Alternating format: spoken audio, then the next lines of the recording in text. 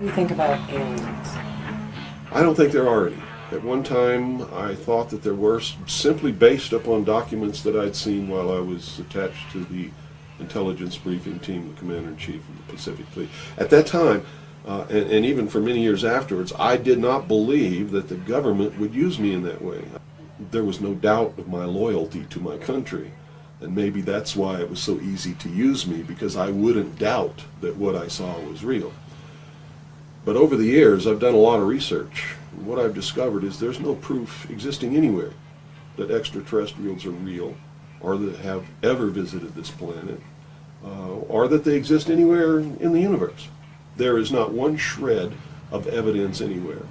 There is lots of evidence, tons of it in fact, that there are a group of people who want us to believe in some extraterrestrial threat from space so that they can cause a world government, bringing together of all the people to resist that external threat.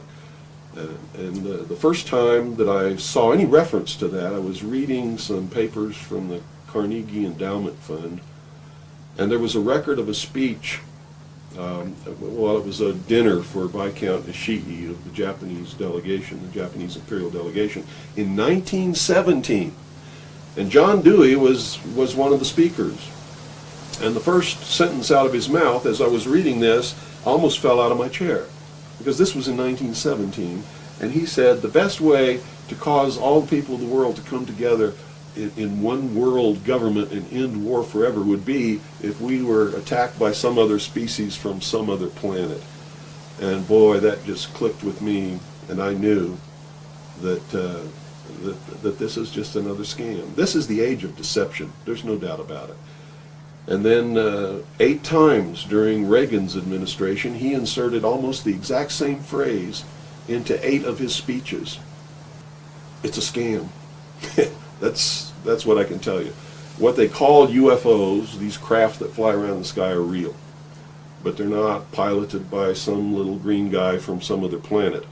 They're owned and operated by the United States of America for one, the Soviet Union for another, probably Great Britain, Canada. I think the first really operable ones were probably manufactured in Western Canada, in the wilderness, in a place especially built to create those machines, like we created the Manhattan Project, and the same kind of secrecy surrounded it. So the technology is real. It's been kept secret, and it's been used to promote this concept that there's an alien threat to this earth. It's just an incredible deception, and I'm just amazed that people have fallen for it in the manner that they have, in the absence of any proof whatsoever. I mean, they cite hearsay as proof. Well, what about all of the alien abductions? They're not abductions. They're the results of a tremendously successful and very sophisticated mind control operation, all of which has been in development. Well, they started working on those kinds of things since before World War II. But they have perfected them. On my website, I have a patent of a machine that can read your brain waves, can recombine them in a computer and send them back to you and make you think things happened that never happened. I mean, you can't get a patent for something like that unless it really works. You have to prove it to the patent office. It works. A patent was issued. Also, the congressional investigations into the intelligence community has revealed the existence of these programs, and there's no secret about it. It's documented. But that's what it is. It's not extraterrestrials coming down. The human body cannot pass through walls or roofs, or through windows that are closed. This is all the product of the imagination and people's willingness to believe something because they want it to be true. I don't know why they would want it to be true. You see, because if it were true, these are not friendly aliens. They're doing some terrible things to people. If I were to kidnap somebody, pass them up through the roof, and take them somewhere, and perform operations on them, and take samples of semen and ova from their reproductive organs, and plant thoughts in their mind, and all this kind of stuff, and then bring them back, guess where I'd be right now? in prison. It's kidnapping. It's criminal. It's a terrible thing.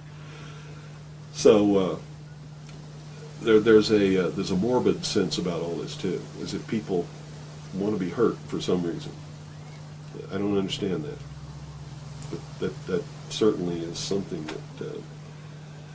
that somebody needs to look at. Why do people feel that this needs to be real? What in them says, I want to be abducted and abused and kidnapped and all of this stuff against my will?